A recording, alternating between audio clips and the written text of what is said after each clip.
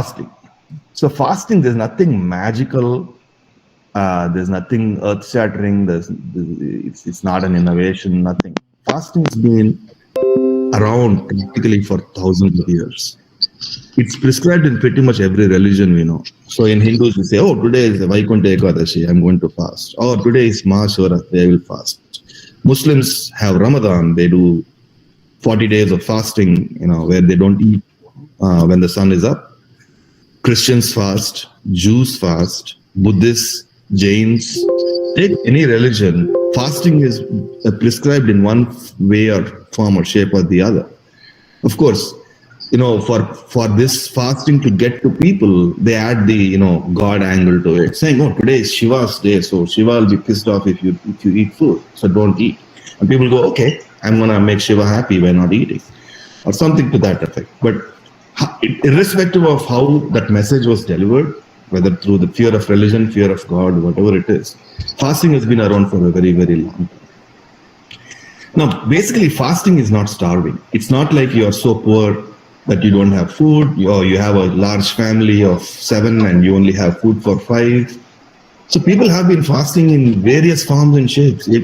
All of you are actually practically fasting every day. When you go to bed in the night, you don't eat all night unless it's Sanjeev. I don't know, Sanjeev, if you keep snacks next to you. Yeah, I wake up and get a snack, and then I go back to sleep. Practically, we believe you, Sanjeev. So basically, when you're not eating, you're fasting. And the thing between fasting and starving is that starving you don't have control, but fasting you do. So essentially, we exist in two states. Our human body exists in two states. Either you're feeding or you're fasting. And when you're feeding, all the hormones in the body that get triggered, like insulin and others, basically says, "Hey, incoming, we got some food coming in, we got some fuel coming in, store it."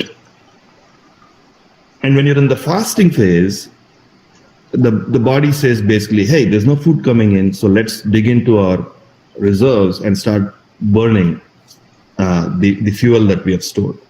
Basically, we stored energy, the fuel energy that we eat, either as glucose or as fat, as a very high level.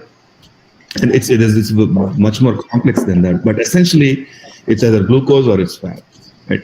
So when you're fasting, what happens is the body is actually burning energy. Now, I wanted to go through a few keywords before we proceed. So one of the most important things, one of the most important hormones that is relevant to this discussion is called insulin. So insulin is something, it's a very fascinating hormone. It's released by a pancreas. And whenever you put some food in your mouth, immediately a pancreas goes, "Okay, incoming," and starts releasing insulin. And insulin is the one that basically regulates your blood sugar by taking the sugar and pushing it into the right places, whether it's a cell or somewhere else, it starts pushing it out. And so insulin is also very closely tied to diabetes. And you have two types of diabetes. You have type 1 diabetes and type 2 diabetes. Type 1 is more of a autoimmune disease. That means your immune system is attacking your pancreas and preventing it from making the right amount of insulin to push the sugar out of your blood or regulate your blood sugar. So that's type 1 diabetes. So you see people with type 1, taking insulin injections. It's a supplement to supplement the lack of insulin in your body. And then there's type 2 diabetes. Type 2 diabetes is a more recent thing that happened in the last, I would say, 30, 40 years. Before that, it wasn't that prevalent. Now it's become an epidemic. You see that 50% of the world, I think, has type 2 diabetes or in some form or shape. And type 2 diabetes is where your body is producing insulin, but you've become resistant to it. You're insulin resistant, essentially. What that means is that, for example, if you're taking I don't know how many of you drink, but if you take a glass of wine after a very long time, with one glass you get high. But if you keep drinking, it takes 3 or 4 glasses to get you that same feeling of high. That means you're becoming resistant or immune to that effect of the alcohol. Similarly, same thing happens with insulin. It happens over time. It takes decades, but your body essentially becomes resistant to insulin, and that's very relevant to our discussion going forward. Then this other thing called mTOR. mTOR is basically a set of proteins that regulates the anabolic and catabolic reactions. Anabolic and catabolic is basically when you're building or you're not building. When I say building, you're building your cells, you're building muscle and stuff like that. That's the phase. When your mTOR is high, your body says, okay, we've got enough food, we've got enough energy, let's start building new cells, let's start building muscle. And where mTOR is down, it basically says, hey, slow down because we don't have enough food. The next one is Grelin. Grelin is your hunger hormone. So what Grelin does is, every day, every so often, let's say you're eating 3-4 times a day. Once you have your meal after 3 or 4 hours, your food is digested and it's gone. So slowly Grelin starts popping up and saying, hey boss, it's time to feed. So Grelin is the one that sends the signal to your brain to say, let's go and eat something. Oh, it's 12. The stones are again generated.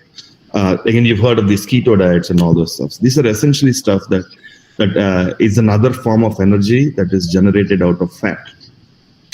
And when your ketones are going up higher, you are set to be in ketosis.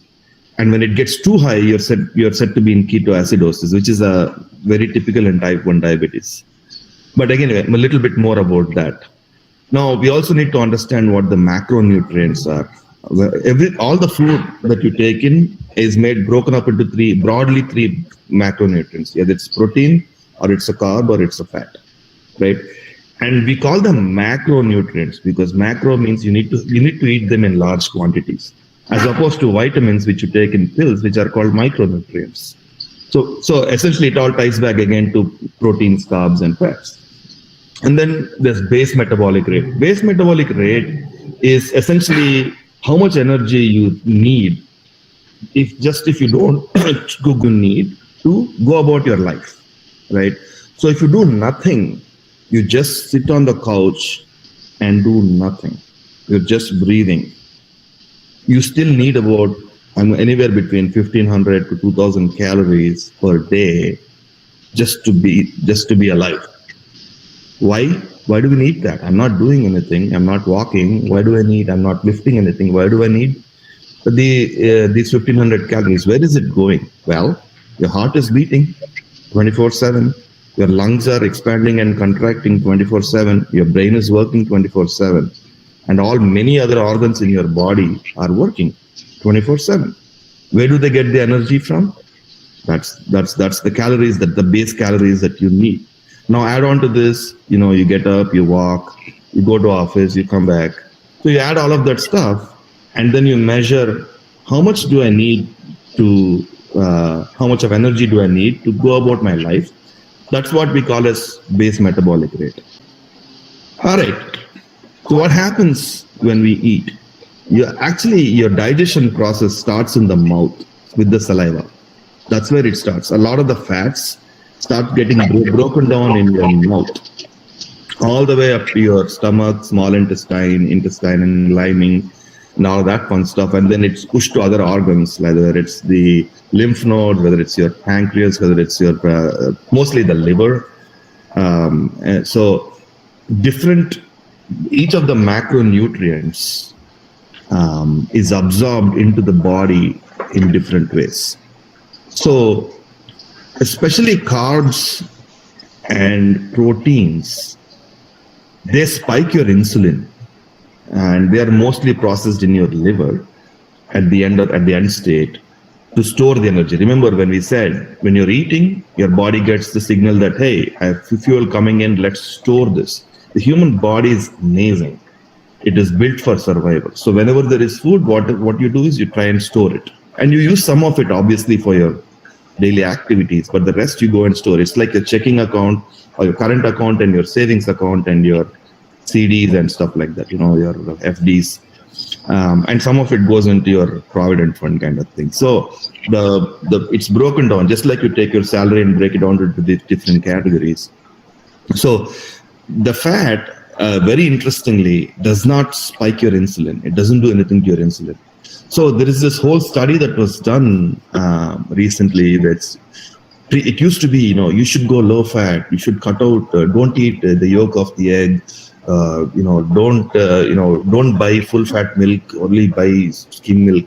All of those are now the opinion on that fat itself as a macronutrient is changing. This is where you see in keto diet, they tell you, hey, eat lots of fat, too much fat. That's also not very good for you. Again, these are my personal opinions. Just take it with a pinch of salt. So essentially what happens is that your carbohydrates, proteins, and fats are basically as absorbed into your body through different processes, and it's stored in your body and it starts getting used. This is where insulin starts coming out. So when you start eating, insulin is released by the pancreas, and what the insulin does is it takes all this blood sugar and start pushing it into the cells, and it is stored in the cells as energy, and then from there it is consumed. When you do something, you need energy, it is consumed out of that place, right? So what is so wrong with sugar in your blood? This is one thing I want us to be very, pay a little bit attention here is sugar in your blood is bad. It essentially affects every organ in your body. Why? Because your blood goes to every organ in your body, starting with your brain. It goes all the way to your toes. Every organ gets blood. And if that blood has sugar, guess what happens? It is like taking an iron rod and putting it in water. It starts rusting. So everything people start getting, when people who are diabetic start getting Alzheimer's, they start losing their vision. Your vision starts blurring. People have gone blind. People with diabetes have gone blind. They've had heart attacks or cardiovascular disease. They've had fatty liver leading to cancer, liver scars or cirrhosis of the liver. They've had kidney problems. They've had peripheral arterial disease in the legs. And all the way, you've heard of instances where people's legs have been amputated, limbs have been amputated because they develop gangrene and basically the flesh rots. And all of this is linked to that thing called sugar in your blood. And that's why insulin is so important, because it actually regulates your blood sugar. So what happens is when you do your annual checkup, they will say, okay, here's your cholesterol, your LDL, your HDL, and so on and so forth. And here is your blood sugar. There's something called A1C. I don't know if you guys noticed. The A1C is your average blood sugar over like 3 months. What was in terms expressed as in terms of a percentage. So that's a very important marker to say, is your body becoming resistant to insulin? So that's what happens when you eat. Now, what happens when you fast? Well, the opposite happens. So the body has a certain order in which it taps into your reserves. So first thing is, in the first 0 to 12 hours or 12 to 18 hours, what it does is it goes after your glucose, your blood glucose or glycogen, what we call glycogen. It starts consuming all the glycogen in your blood, right? So 12 to 18 hours, sometimes it may take 24 hours. Now, within this time period, if you feed the body again, well, guess what? There's more glycogen and more glucose. So it still goes back. It's like putting more money into your current account, right? You keep putting money into your current account, then you're not looking at your savings account and your FDs. You're still operating out of your current account. But magically what happens is 12 to 18 hours, when you run out of glycogen and say, I'm done, and my balance is coming to or close to zero, the body switches, starts looking at other sources, because there is no food going into your body. There's nothing coming in. So it starts switching and starts going after other sources. And first, it actually goes after your proteins, the proteins that you have stored. And this is where, it will go after proteins for some time, and then it starts going into burning fat. Why do we store fat in the body? It's not there for looking good, right? The fat is stored in your body. That is your insurance. Like when you don't have food, when you don't have fuel, that's where the body goes. And that's precisely why the fat is actually stored. And it's a good thing. But what happens if you store too much fat? The fat has to go somewhere. Your fat cells are full. your other cells are full. So the fat starts accumulating around your organs. So this is what things like fatty liver start happening. When you get fatty liver over time, you get scarring of the liver, the fat hardens and you get scarring and you get cirrhosis of the liver. A lot of people have died of liver cirrhosis. So essentially what is happening is you start getting into this phase called ketosis, where your body starts generating ketones, right? So ketones is very important because your brain 24/7 it requires a fuel source. Otherwise, you're going to be brain dead. The moment you starve your brain, you're going to be brain dead, and you don't die if you don't eat for a couple of days. You don't die. You don't go brain dead. What is happening there is that these ketones then start feeding the brain. They become the main source. The brain needs only special types of food. So these ketones is one of them. Then in the third stage, it's something called autophagy begins. Autophagy is something that was been around for some time, but it kind of, in fact, 2016, the guy who was brought up and studied autophagy won the Nobel Prize. So it's becoming very, very popular now, and people are understanding it more and more. But this is where the body starts recycling old cells, old and unused cells, and whether it's proteins, whatever it is, it starts recycling. That means that you are actually doing kind of an oil change on your body, right? Just like you do an oil change in your car, it starts recycling. And in the fourth stage, your body actually starts emitting more and more human growth hormone. Now, why do all these things happen? You go back thousands of years. Man used to live in caves. There was no McDonald's or Walmart around or restaurants around. Man used to go out. He used to hunt for food or pick food. Even hunting, it's not like carnivore type hunting. We're more scavengers, more vegetarian actually, to be honest. And how do you know that? Like, look at your teeth or look at the cat's teeth. The cat has canines. Every carnivore has canines and sharp claws. You don't. That means in nature, by nature, you are supposed to be a vegetarian. That's what people say. Anyway, coming back to this human growth hormone is what again rejuvenates your body. You try buying a human growth hormone injection, it's like $400, $500. I don't know. It's very, very expensive. And you get a very minute quantity. But you get like hundreds of times more human growth hormone in this stage, in stage 4. And then stage 5, again, 54 to 72 hours, your insulin has come down significantly. So what is the benefit of insulin coming down is that your body starts becoming more and more insulin sensitive. Remember the insulin resistance we talked about earlier. Now your body is reversing that process. And then finally, after more than 72 hours, stem cells start forming. Stem cells, you've heard about this. When the baby is born from the umbilical cord, some people actually buy that stem cells and store it away, because they say that when you get some severe diseases like cancer and stuff like that, they use stem cell treatment to actually treat some types of diseases. So stem cell is actually very, very important, and your immunity just shoots up. And why do all these things happen? Because in the first phase, when you are fasting, in the first day or so, what happens? Your body is it starts giving out more and more Grelin, which is your hunger hormone. It starts giving more and more of that.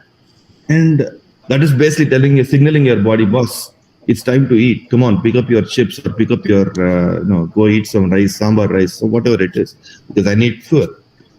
And that waits for some time. The Grelin peaks, hunger goes up and up and up, then it starts falling. Then the body starts realizing, oh, maybe I'm not getting more food, so I have to do something else. It switches. And if I go back again to that example I told you, that thing I was telling about man being, a Paleolithic being living in caves. And what happens when the man is living in the cave? After 2 days, if he has no food, if he starts feeling weak and dull, and which are some of the things that are associated with fasting. Oh, if you don't fast, you'll feel weak. You will feel dull. Your body, your stamina will go down. You will lose muscle. All these things that they say about fasting, it's actually the opposite. Your body is really smart. It puts you into what is called a hunter mode, which is basically saying it will prep your body. Again, going back to the thousands years, that man in the cave has to go out and he has to hunt for more food for survival. And what does the body do? Gives you more adrenaline, gives you more human growth hormone. It makes your brain becomes sharper. Many philosophers used to do fasting for sharpening their brains. Socrates and many other people have talked about fasting to sharpen their faculties.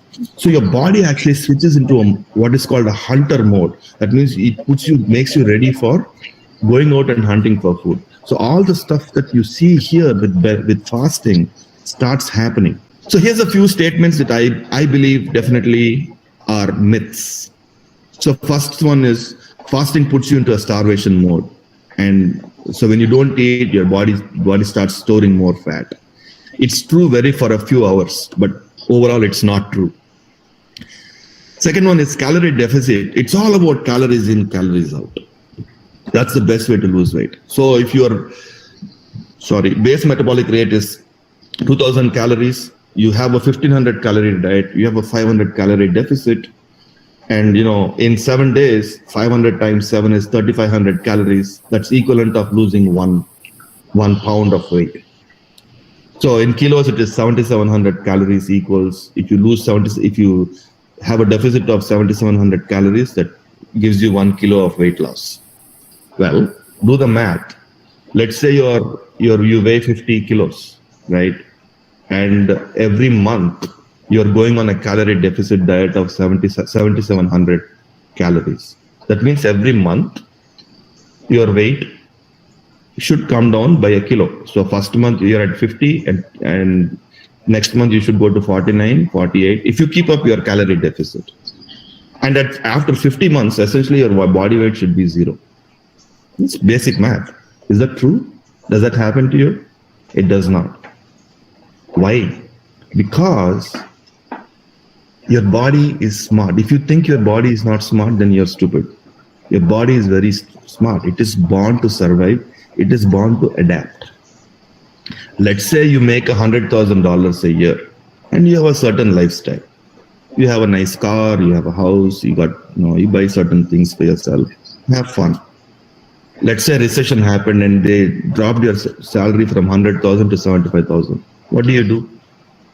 You cut costs. You adjust your budget and you try to live in that 75,000 because now you don't have 100,000, you only have 75,000. You adapt. The body does exactly the same thing.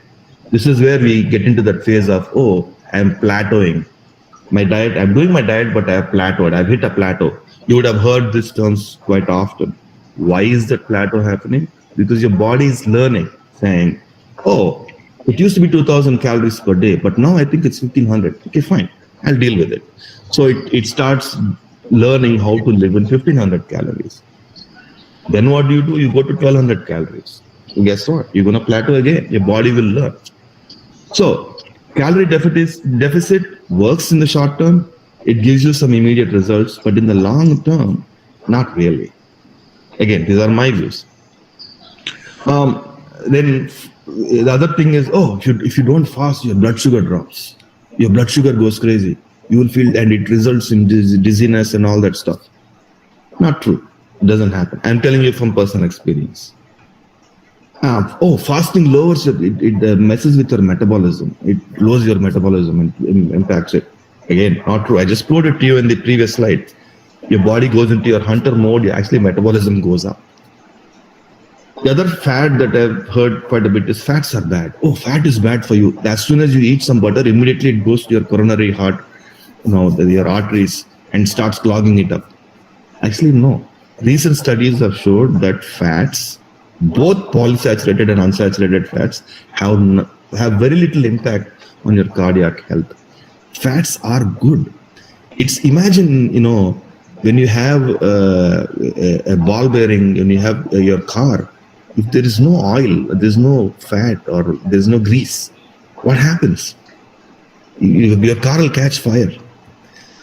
Your fat is very, very good in terms of maintaining your body structure, lubricating, your joints. It has so many good things about it. But yes, the kind of fat you eat is also important, or also is there. But in general, fat is not bad. So this is why the new keto fad focuses so much on good keto diet, focuses so much on fat. Other thing was carbs are good. So if you look at the USDA, the food pyramid, they say 50 to 60% of your food should come from carbs, and about 15% or so from protein, and the rest 30-35% should come from fat. Carbs, carbs is what spikes up your insulin, and it's what spikes up your blood sugar, because directly it goes into is absorbed as glucose. So you need to think about it a little bit more. And the other thing I hear is that breakfast is the most important meal in the day. And for breakfast, you should eat these special types of food called cereals that come in a box, and they have these dried berries, and you have granola and all these healthy, organic, and you should eat this. No, it's not. Breakfast is not the most important meal. The most important meal is the one that you have, which is nutritious. That's it. So there are many more myths, but so moving on, when it comes to health, when it comes to diet, two things are important. Not only what you eat, but when you eat, right? When are you eating? When are you in the fed state where your body says, let us store? And when are you in the fasted state when the body says, I want to burn, baby, burn, right? So that window is very, very, very important. Again, going back to thousands of years, man only used to eat during the daytime. The man as in human beings, I should stop saying man. Human beings used to eat only in the daytime. Why? Because if they go out in the night, they would probably become the food for many other animals. It's very simple. It's basic common sense. So it's called the circadian cycle or rhythm, whatever you call it, to follow the sun.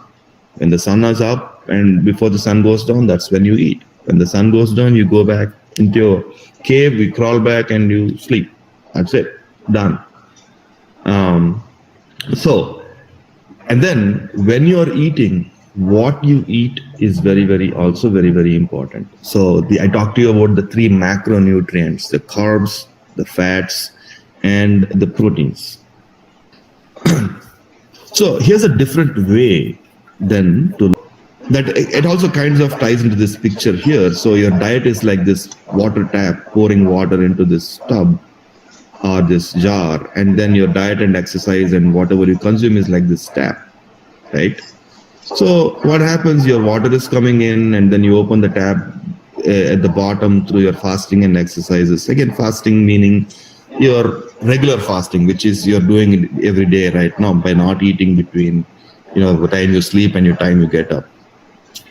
So it makes sense that if you shut out the top tap, then whatever is stored in the jar goes out faster. So this is basically the principle behind fasting. Okay, so there's different types of fasting that you can do. So when we were growing up, it was very structured. I mean, there's so much wisdom in the way we used to eat. You would eat in the morning, breakfast. You would have lunch in school. When we were in school, we used to bring our lunch box. Then evening you go, maybe you get a snack, maybe not. Again, by 7 o'clock, you have dinner and you're done. There is no late night snacks. Ice cream used to be a treat. Once a week, the ice cream guy comes out in a cart. You buy one ice cream, you eat. It's not stored in your freezer. You don't have a freezer. And tubs and tubs of ice cream. There is no snacks, chips. Even buying a murukku used to be a luxury at that time growing up. You would go to this corner store, you would have this big murukku in this jar, and you would give him 5 paisa and you buy. You eat. That's a treat. Okay, those kind of things are fine. But there's a lot of wisdom in the way I kind of miss that now. And it used to be very nice. I used to sit down with the family. My grandfather used to be served first, and then from there we'll all sit and wait for our food to be served to us. Very nice. Then there's this thing called time restricted eating. This is what people are calling as intermittent fasting and all that. These are all different types of intermittent fasting. But time restricted eating is, in your 24 hours, you just pick either 6 or 8 or 10 or 12 hours. And in that window is the only time you eat. The rest of the time, you cannot put any calories in, or essentially all you're drinking is water, maybe some black coffee, green tea. Anything with 0 calories is fine, any liquids. But essentially, you're not doing anything else. This is called time-restricted eating. Then you also have 24-hour fast, which is basically you're eating once a day. It's called OMAD, 1 meal a day. That means you have either lunch or you have dinner, and then you don't do anything until next day lunch or dinner. And when I say nothing, I mean nothing. You can't eat chips, you can't eat a snack, nothing. You're just, that meal is the all you get, and everything else is all water and other calorie-free liquids.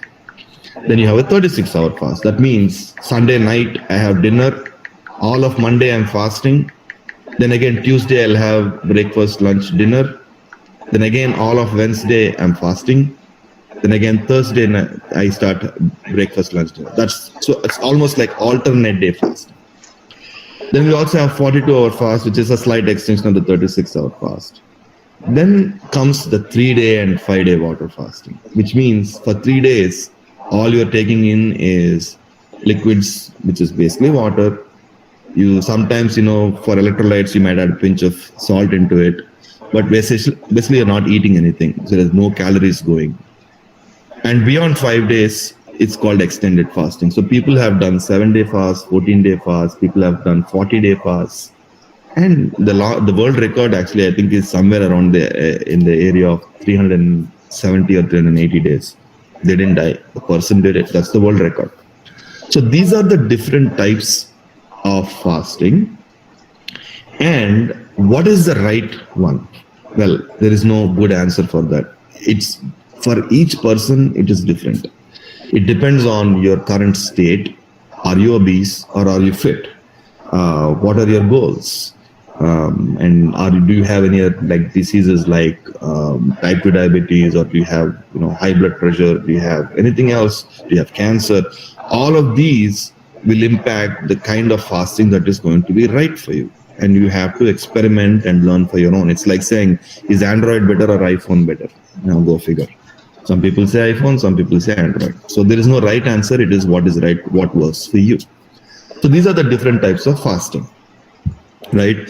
So, and the benefits that I laid out earlier, Sanjeev, they happen in varying degrees in all of these types of fasting, right?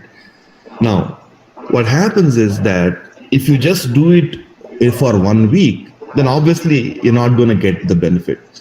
But if you do like a 12-hour fast or a 14-hour fast or even a 16-hour fast, if you do it over time,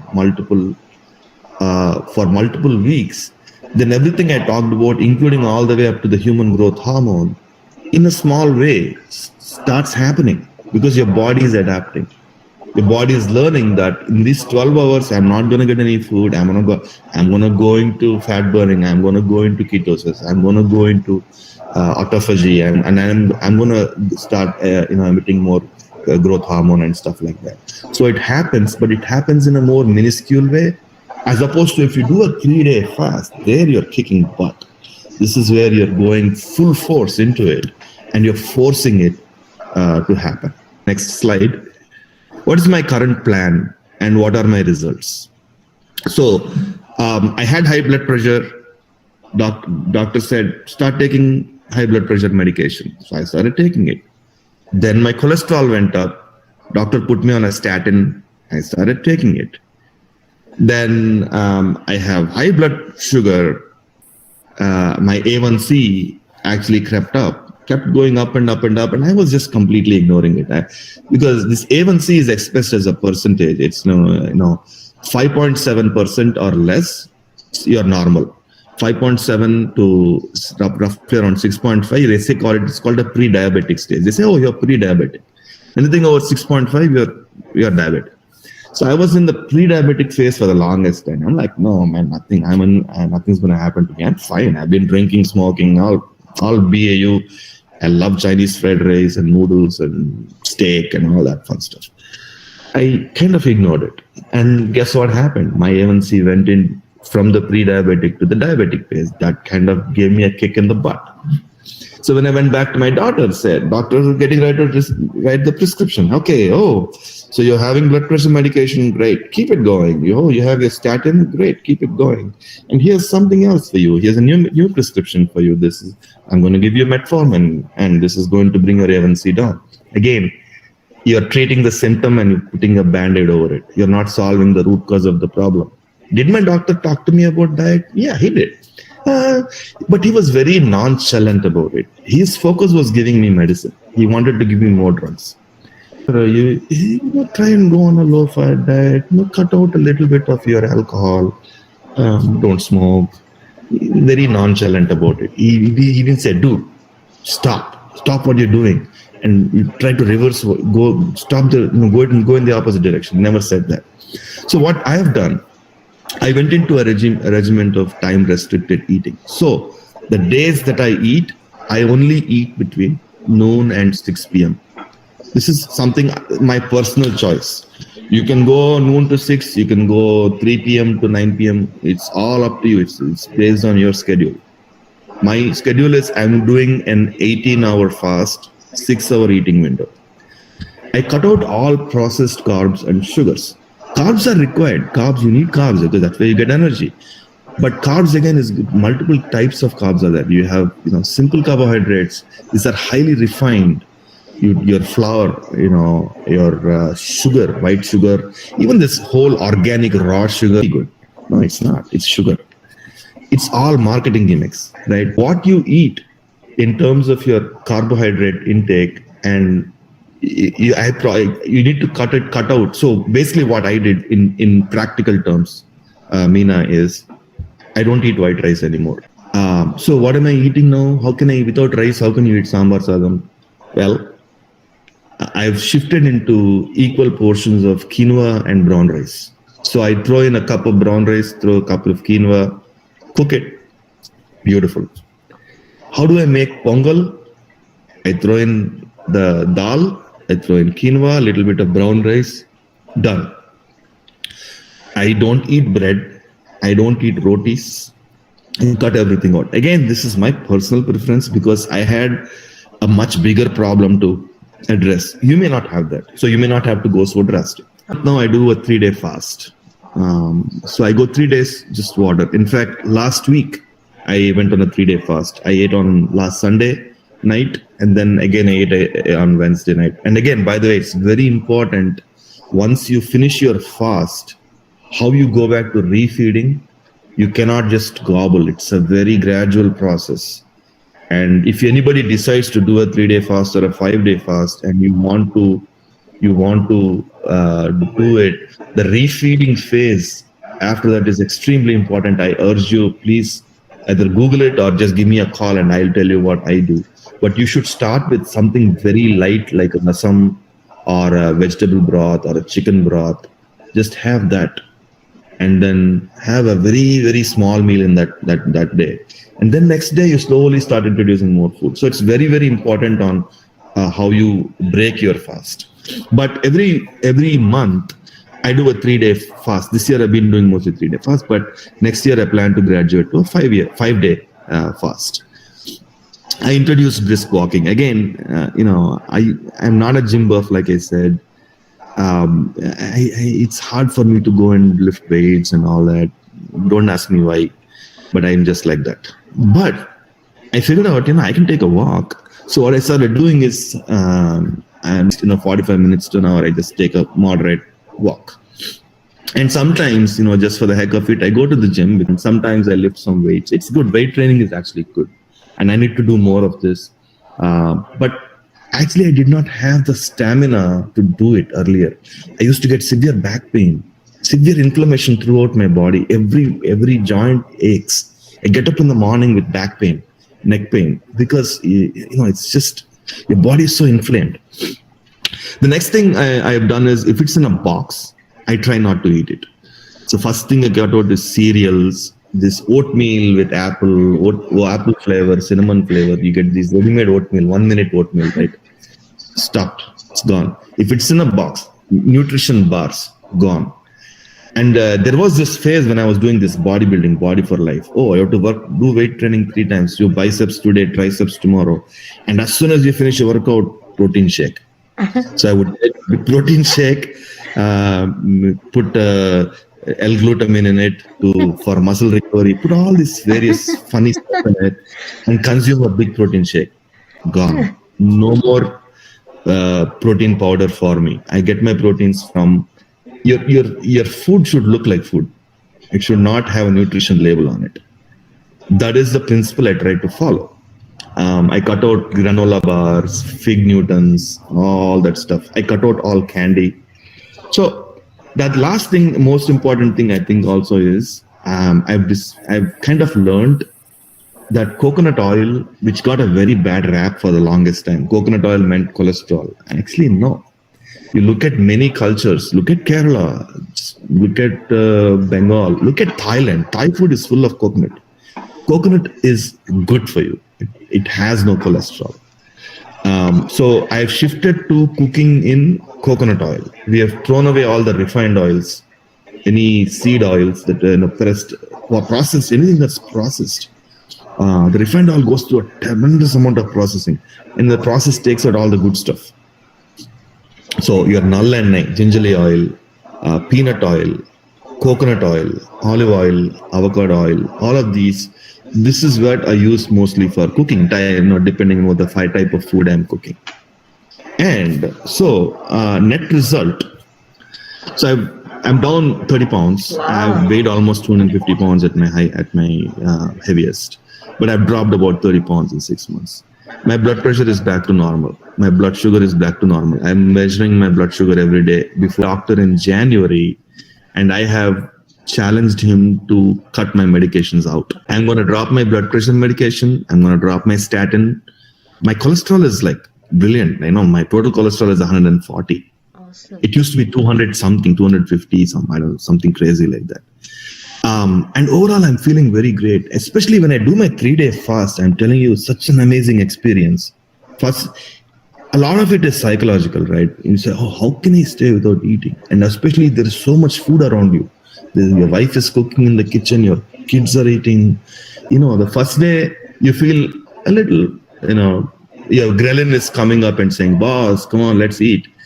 The second day it starts becoming a little bit more worse. You start feeling a little, you think you're feeling weak. It's not weakness, basically. It's more in your head. Third day I got up, I'm like, my God, I was feeling fresh.